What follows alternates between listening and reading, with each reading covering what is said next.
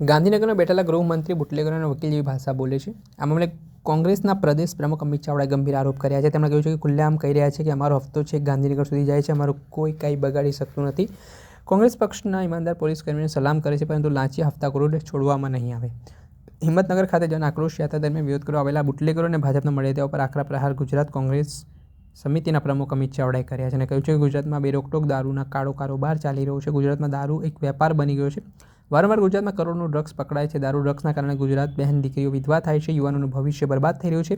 થરાદના વડગામના ધારાસભ્ય જિગ્નેશ મેવાણીએ જે રજૂઆત કરી એ ગુજરાતની મહિલાઓની રજૂઆત હતી। આ રજૂઆત સાંભળીને ગાંધીનગરમાં બેઠેલા મુખ્યમંત્રી ગૃહમંત્રીમાં થોડી પણ શરમ હોય તો કહ્યું હોત કે જે પણ પોલીસ સ્ટેશનની હદમાં એક પણ ટીપું દારૂ મળ્યું તો આખા પોલીસ સ્ટેશનને સસ્પેન્ડ કરી દેવામાં આવશે, પરંતુ જાણે પોતે બુટલેગરના વકીલ હોય, હફતાખોરોના ભાગીદાર હોય તેમ કોંગ્રેસના ધારાસભ્યને સંસ્કાર નથી તેવું કહી રહ્યા છે। આ મામલે સાંભળો શું કહી રહ્યા છે કોંગ્રેસના પ્રદેશ પ્રમુખ અમિત ચાવડા। ખાસ કરીને હમણાં આવતા હતા આપણે હિંમતનગરથી, તો ઓલા બુટલેગરો અને ભાજપના મળતિયાઓ ભેગા થઈ અને પોલીસના નામે વિરોધ કરવા આવ્યા હતા। મેં જોયા કે પોલીસ પરિવારના તો કોઈ હતા નહીં, ભાજપના હોદ્દેદારો હતા અને બીજા બુટલેગરોએ મોકલેલા લોકો હતા। પણ વિરોધ શેનો કરે છે? આજે મારે તમને પૂછવું છે કે તમારા વિસ્તારમાં દારૂ મળે છે કે નથી મળતો? કેટલાના વિસ્તારમાં મળે? હાથ ઊંચો કરો તો। પાણી ના મળે ગુજરાતમાં, પણ દારૂ તો હવે હોમ ડિલિવરી મળે। અને કદાચ હવે તો પેલું ગૂગલ નું લોકેશન નાખો ને તો ફોન કરવાની જરૂર ના પડે, લોકેશન પર સીધી જ ડિલિવરી થાય। અને આ દારૂની જોડે જોડે જે ડ્રગ્સની બધી વધી છે એના કારણે ગુજરાતનું યુવાધન બરબાદ થઈ ગયું। આ ગુજરાતના યુવાનો નાની ઉંમરે મોતના મુખમાં ધકેલાય છે, આપણી બેન દીકરીઓ નાની ઉંમરે વિધવા થાય છે। અને એ પરિવારે જ્યારે યાત્રાની શરૂઆત થઈ ધીમાથી, ત્યારે થરાદ ખાતે રજૂઆત કરી કે અમારા વિસ્તારમાં પાણી નથી આવતું પણ દારૂની રેલમછેલ છે। પોલીસને અમે વારંવાર કહેવા જઈએ છીએ પણ પોલીસ હપ્તા લે છે એટલે કોઈ કાર્યવાહી નથી કરતી। અને રજૂઆત સાંભળીને આપણા ધારાસભ્ય જિગ્નેશભાઈને પોલીસ સ્ટેશન મોકલ્યા। ત્યાં જઈને જે રજૂઆતો કરી કે જિગ્નેશભાઈની રજૂઆત નથી, પણ આખા ગુજરાતની માતાઓ બહેનોનું જે દર્દ હતું એ દર્દની રજૂઆત હતી।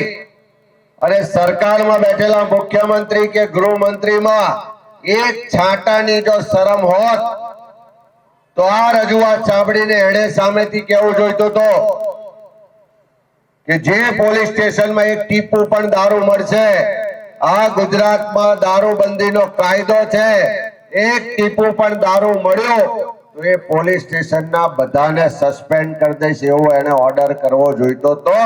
પણ જાણે પેલા બુટલેગરોની વકીલાત કરતા હોય, જાણે પેલા હપ્તાખોરો એમના ભાગીદારોનો બચાવ કરતા હોય, જે ઉઘરાણું કરનારા વહીવટદારો હોય એને બચાવવાની ભાષામાં એમ કે કોંગ્રેસના ધારાસભ્યો સંસ્કારી નથી।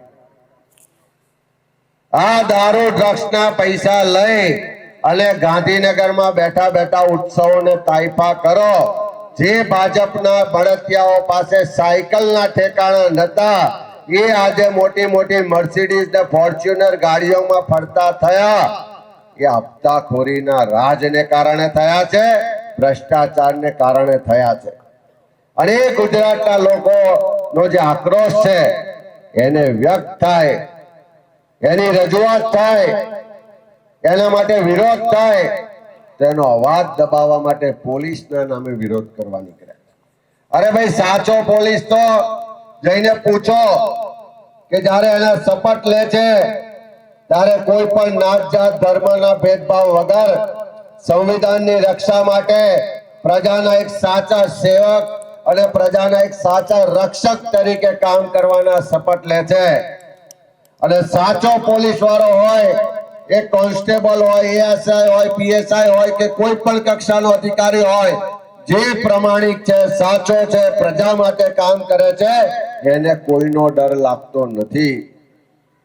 પણ જે પેલા વહીવટદારો છે, જે હપ્તા લેનારા છે, જે હપ્તા ગાંધીનગર પહોંચાડનારા છે એવા લોકોને હવે બીક લાગવા માંડી છે કે હવે કોંગ્રેસ પાર્ટી આ દારૂ ડ્રગ્સનો મુદ્દો લઈને આવશે, આ લોકોને ખુલ્લા પાડશે, આ આવક બંધ થઈ જશે તો આપણે પેલા જલસા કરીએ છીએ પૈસા ક્યાંથી આવશે? અને ગાંધીનગરમાં બેઠેલા લોકોને લાગે છે કે દર મહિને નીચે વાળા તો 10% પૈસા ખાય છે, પણ 90% જે હપ્તો આવે છે તો ગાંધીનગર પહોંચે છે. આજે ગામે ગામ બુટલેગરો ખુલ્લેઆમ કહી રહ્યા છે કે જેને કેવું હોય, જ્યાં રજૂઆત કરવી હોય કરો, મારો હપ્તો તો છે ગાંધીનગર પહોંચે છે, મારો કોઈ વાળ પણ વાંકો કરવાનો નથી, એવી શેખી ગામે ગામના બુટલેગરો મારે છે. એટલા માટે મારે છે કે ગાંધીનગરમાં જેની જવાબદારી છે રાજ્યનો ગૃહમંત્રી આજે બુટલેગરોનો વકીલ હોય એવી ભાષામાં વાત કરે છે. હમણાં અહીંયા આગળ આપણે હિંમતનગર વિરોધ કર્યો, મેં બહેનોને પૂછ્યું કે બહેનો દારૂ વેચાય છે બરોબર છે? એનો એમની પાસે જવાબ નતો. મેં કીધું કે આ ડ્રગ્સ ના લીધે તમારા છોકરાઓ ભવિષ્ય બરબાદ થશે એવું તમે ઈચ્છો છો? તો એનો એમની પાસે કોઈ જવાબ નતો. મેં કીધું કે ગામે ગામ દારૂ વેચાય છે, હપ્તા લેવાય છે, તમને ખબર છે?